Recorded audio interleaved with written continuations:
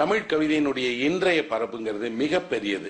புதிய கவிதை மொழியும் பாடுபொருள்களும் தனக்கான ஒரு தனித்துவம் கொண்ட நிறைய நல்ல கவிஞர்கள் எழுதியிருக்காங்க. அவர்களை நாம தான் தேடி அடையாளம் கண்டு வாசிக்க வேண்டும். இளம் வாசகனுக்கு நான் சிபாரிசு செய்யக்கூடிய கவிஞர்கள் கவிதைகள் யாருன்னு பாத்தீங்கன்னா, தமிழ்ல நிறைய நல்ல கவிஞர்கள் இருக்காங்க.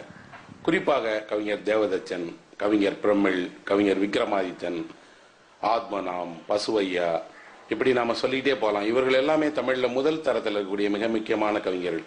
அடுத்து இளந்தலைமுறையில எடுத்துக்கிட்டீங்கன்னா ஸ்ரீநேசன், சங்கர் ராமசுப்ரமணியன், மகாதேவன், இப்படி ஒரு பெரிய மிக முக்கியமான இளங்கவிஞர்கள் வந்திருக்கிறாங்க. ஈழத்துல எடுத்துக்கிட்டா கூட ஈழத்துல தொடர்ச்சியாக நல்ல நவீன கவிதைகள் வந்துட்டு இருக்கு.